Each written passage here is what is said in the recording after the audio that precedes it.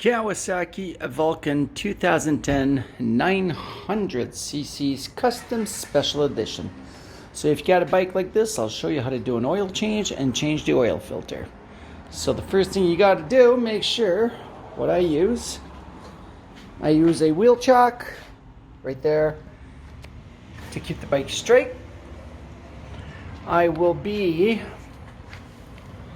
not very good on terminology. This thing has to come off. The thing behind that has to come off.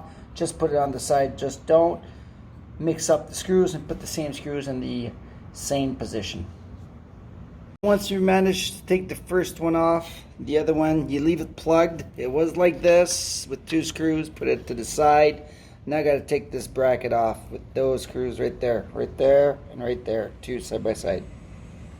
There you see them now. Once you took the bracket off with the two screws, it gives you access to the oil filter that's located right there. So you got the parts down on the ground. Get an oil pan and stick it underneath the bike. You got room with the wheel chock. You got plenty of room to get that oil out. All those screws were 10 millimeters, and underneath the bike, that one is a 17 millimeter. That's your drain plug. So you can start unscrewing the 17 millimeter plug without the pan, but once you start getting it out, do it with your hands. Put the pan underneath. Be careful because you need to warm up the oil before you take it out. Don't worry about dropping because look at the pan. It's got this screen, so you won't lose the bolt and the washer. It's gonna be hot.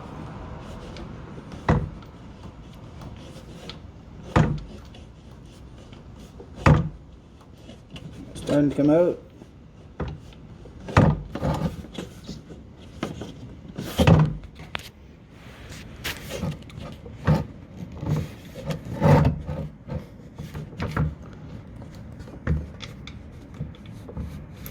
There you go. It was due. Once the oil is done dripping, nothing else coming out, that's when you take your oil filter out. I buy the K&N model because it's got a molded nut on it, or whatever you call it, and you can put your 17 millimeter socket on it and take it out. The old one that was there did not have this molded on, and it took me over an hour and a half to get out. As you can see, it's almost done dripping, and the model I got, the oil pan's pretty cool. I can actually push it forward a bit, and it's still dripping inside the pan. And once I remove my oil filter, it's going to start dripping and it's going to fall directly in the pan, so I'm not making a mess. I use my 17 millimeter to start unscrewing it, and now I can do it by hand. I simply go slowly. See, it's already dripping inside the drip pan. I'm not making a mess. You want to make sure that when you take this thing out that the rubber seal comes with it. You don't want to put another seal on top of a seal. They don't usually stick to the bike, but sometimes they do. There you go. Whoa, shit. I'm good. So here is the oil filter, and we see the seal is on it, so we're good. Take this out. Just put it aside, not make a mess. Thing's hot.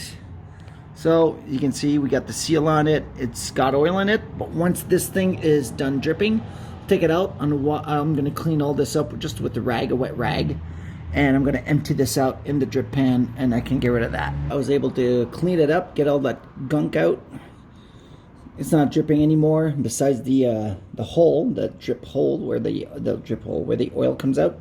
So now I'm able to install the new oil filter on it. Before I put the oil filter on it, I'm going to put a bit of that new oil on the new oil filter, the gasket itself, so it's easier to screw in and get it in nice and tight. Not too tight, just nice and tight. You don't want to gorilla force it in. You're going to break stuff. A K&N Performance oil filter. It comes with a seal on it. You just take the seal off, and this is where I'm going to put a thin layer with my finger of the new oil on the rubber gasket before, and on the threads inside so it's easy to screw in. You can see it's a bit shiny, so I put some oil on the inner threads in the center, and I put some on the rubber gasket. Let's try to put this in.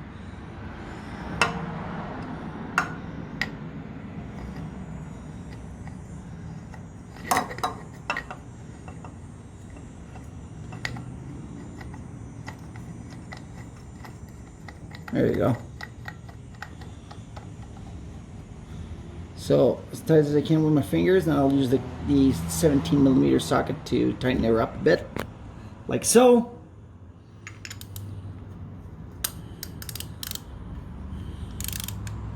It's nice, it's easy, it's still easy.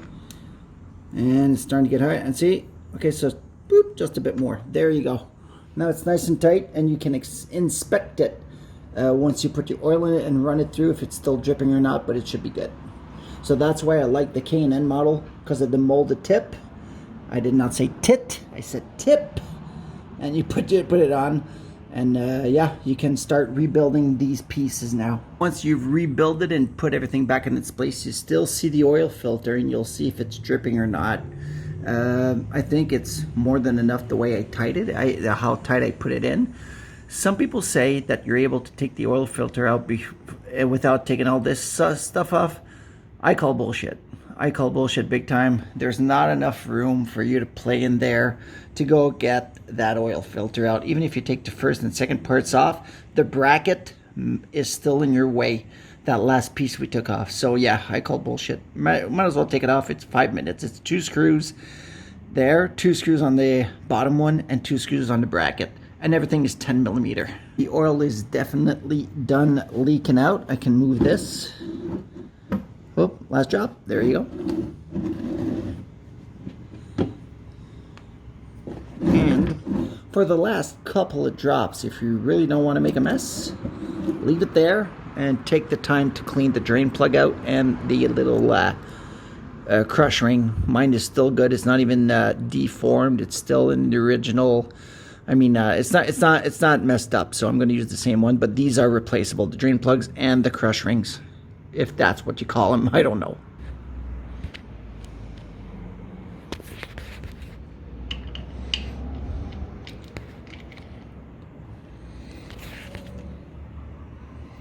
So here we go.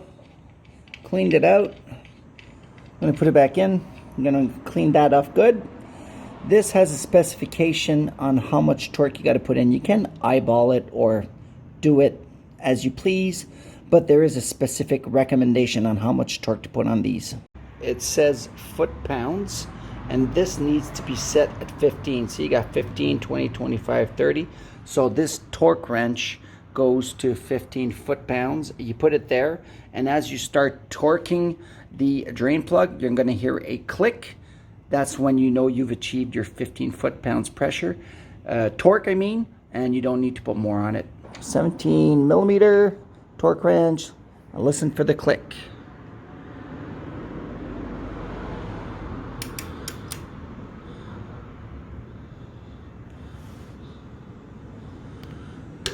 Torque here is good. I don't need to put more. Once I put the oil in, I'll see if it's dripping. It should not. In order to put the oil in, this is the dumbest fucking thing that I've ever seen. I've had 2 bikes so far in my riding career. Not that many. But look what they put in for the plug in order to put it. You need to have a really thick tool to unscrew that thing. A really thick screwdriver or whatever. I keep damaging it. One of my projects is to switch this out for something a bit cooler that's easier to unscrew and screw. See, I'm always damaging it, and what I do is I repaint it with touch-up paint.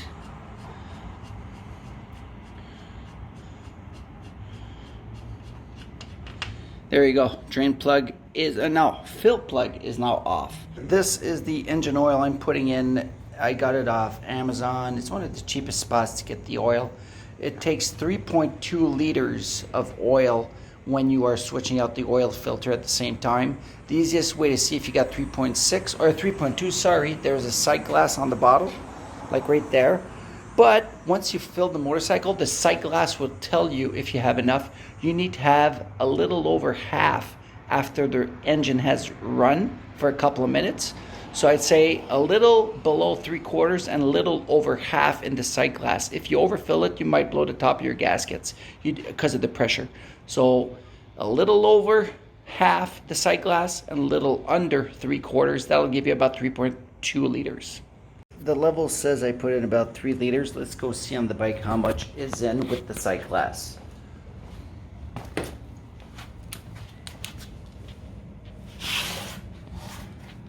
So if you take a look, sight glass says 3/4. So I'm going to stop it there, and I will start the engine up to see where it stabilizes. So if you take a look at the sight glass, I've never noticed this before, but there's actually a line at the bottom and a line at the top to show where the oil should be. Like I said, I'm a little over half underneath 3/4. That's good for me. I'll keep an eye on it, but I do have little gauges, like a dipstick, on the sight glass on where the oil should be located. So you're doing an oil change on a Kawasaki Vulcan 900cc Custom Special Edition. I looked underneath, nothing was dripping. The oil level is good. The oil filter was switched out. So yeah, next operation will be cleaning out the fuel filter. I've never done that before. What I've learned with the past experience, never do a job if you don't have spare parts, because I know there's 3 or 4 little parts in there in the fuel screen, the fuel filter. And before you take anything out, make sure you got spares in case you break it, because I don't know who had the bike before me, and I don't know what kind of jobs were done on it before. So the fuel screen will be cleaned out on the next job. I got to order some parts first. They're pretty cheap. I think for less than $30 Canadian, I got all the parts for it. So I'll make sure to have the parts before I switch them out. And also I'll be doing a air filter. The oil change will hit the fuel screen or the fuel filter on the next job. And also I'll be hitting that air filter. If you have any questions, let me know. I'll try my best to answer it. I am not a mechanic. I just used past experience off my Virago, my other videos, and I got this one now, so I'm trying to do some stuff on it. I'll hit the brake pads at one point. The Virago had a drive shaft. This one has a strap. I'll switch out the strap at one point. And if you find these videos informative, just give me a thumbs up or a little comment if you liked it. If you wish to see better stuff, if you think it's shitty, let me know it's a shitty video. It's all good. I'm not a pro. I'm just here to do some fun and having some fun. So in the meantime, ride safe and have fun.